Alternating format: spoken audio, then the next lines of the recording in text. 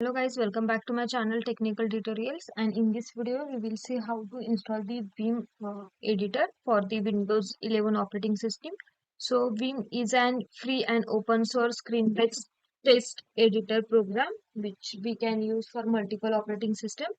So let's start. First open your favorite browser and search for Vim and just hit enter.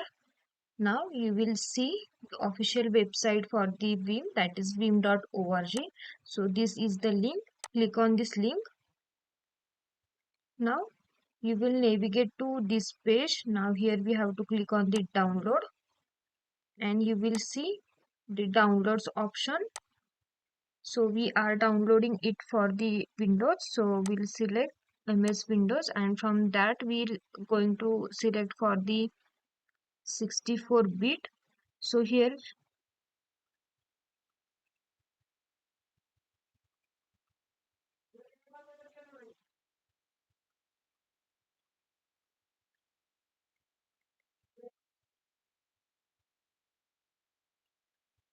So here we'll select the exe file. So click on this and it will start automatically downloading.